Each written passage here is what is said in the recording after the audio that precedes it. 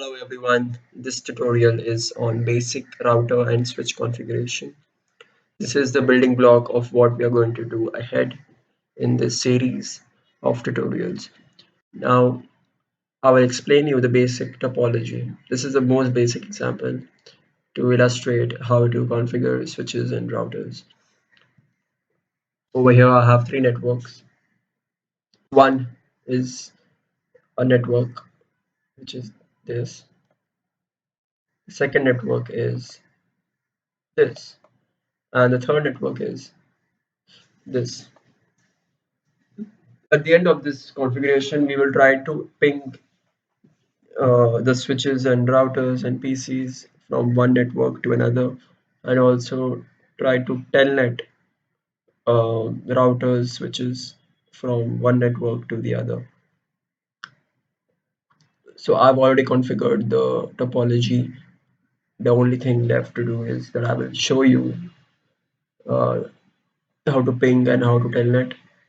So before we do that, of course, I should tell you the various commands that I ran on my switches and routers. So this is a similar topology to what we've done. And this is the PC configuration, as you can see.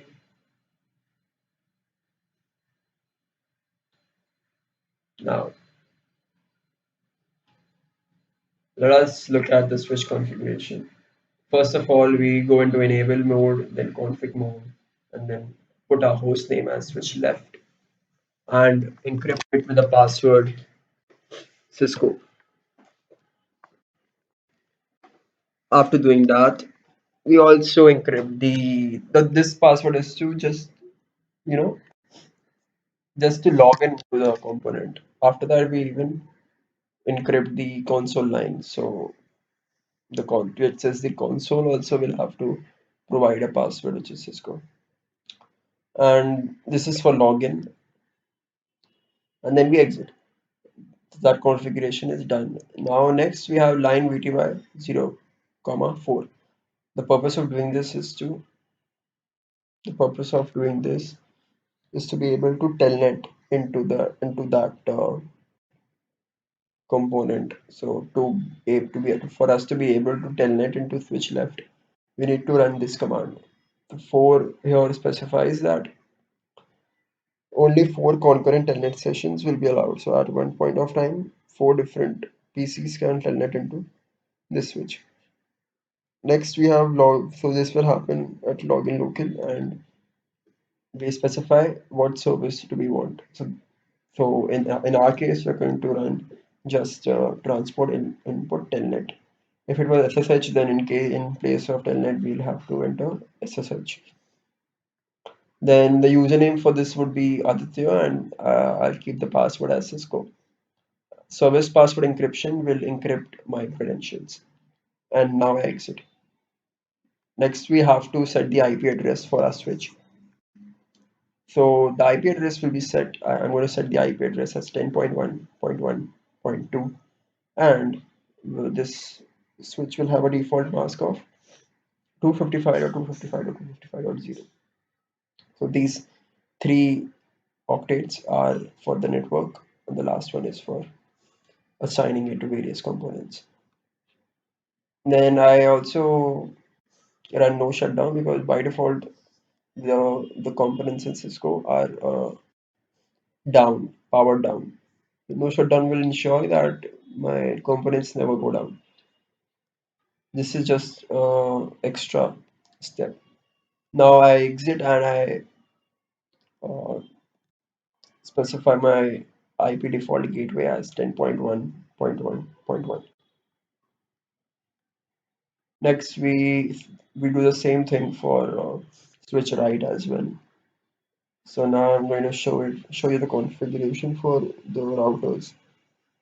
The configuration for the routers is the same up to the part where we run a command to be able to telnet into that component. So as you can see till here the commands are same. We assign the host name, we put a password on it, Then we also put a password on our console lines. Then we configure our router to be to telnet into it. So there we again specify that we want to be able to telnet and then put a password and put a username password in that and then encrypt that password. The part where the configuration is different for routers compared to switch is this. Here each router has two ports. As you can see over here, this router has a gigabit 0/0 and a serial 0/3/0, two ports. Likewise, here we have serial 0/1/0 and gigabit 0/1. So I'm going to put this port gigabit Ethernet 0/0 is the one over here. This will get the IP address of the router itself, and this will get the IP address of the other network which we will talk about now. So these are three, as you can see, these are three networks. This network is 10.1. This network here is 10.1.1.0, and this is 20 dot, sorry, this is 20 dot, this whole thing over here is 20.1.1.0. The thing that lies in between is the third network. And the third network is the network of 30.1.1.0. So here we have two routers and we are specifying the IP address of these two routers as 30.1.1.1 and 30.1.1.2. So here I put my gigabit Ethernet 0/0 as this and my interface serial 0/3/0 as this. And I also specify the clock rate in the case of my serial Ethernet serial interface, because this is a DCE connection, and in DCE connections you have to specify the clock rate. My bandwidth will be 128 and I'm going to uh, exit after doing all these things. This part is something which is common for the second router as well. In this case, the IP address is 30.1.1.2 and the serial port is 0/1/0. Likewise, we specify the clock rate and the bandwidth. Now, for both the routers, we need to do one more thing, that we have to specify the IP route. The IP route will be this. What it means is when I have to send a packet from this PC to something on this network, I have to have a route defined. So whichever packet is destined for this network will have a route which will be 20.1.1.0 with a subnet mask of 255.255.255.0, and it should be sent to this port, this port right here, because this router knows how to send the packet to this PC. So I'm going to specify my route as you can see, 20.1.1.0 with this subnet mask to through this port, through this IP address, which is uh, this dot right here.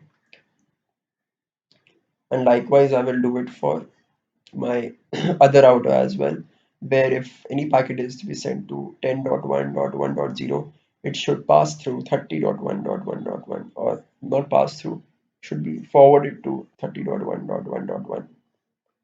Now we will ping. Now it's time that we ping our PCs and check if it's working.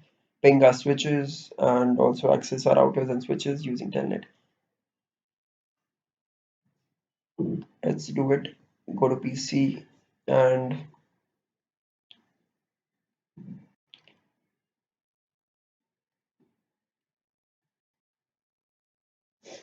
here we will first ping the PC on the other network, which is 20.1.1.5. That works. 4 packets sent, 4 packets received. Now I will also ping the switch on the other network. That also works.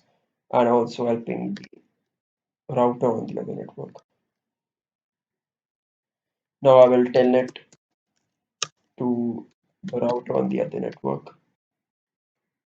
It asks me for the username and password, which is Cisco. As you can see, I can now perform actions on router right. If I write enable, it will again ask me for the password. I'll write Cisco, and then I can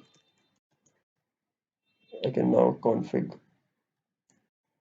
So see, from my PC 0, which is on 10.1.1.0, I can access and run commands on components which are lying in 20.1.1.0. So both telnet and ping is working. What I did from this PC can be done from this PC as well. So that completes our tutorial on basic router and switch configuration. I hope you enjoyed it. Now that we have configured our network, let's take a look at the life of a packet in our network. So we are sending a packet from PC1 to router left. I have actually passed two packets. So one is in pink, one is in green. So I'm going to play it now.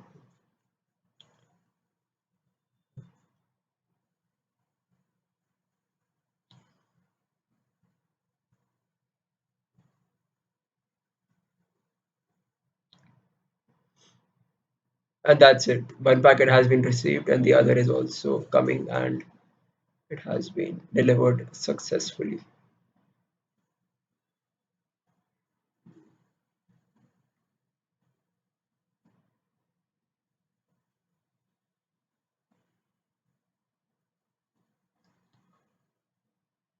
That completes our tutorial. Thanks for watching. See you.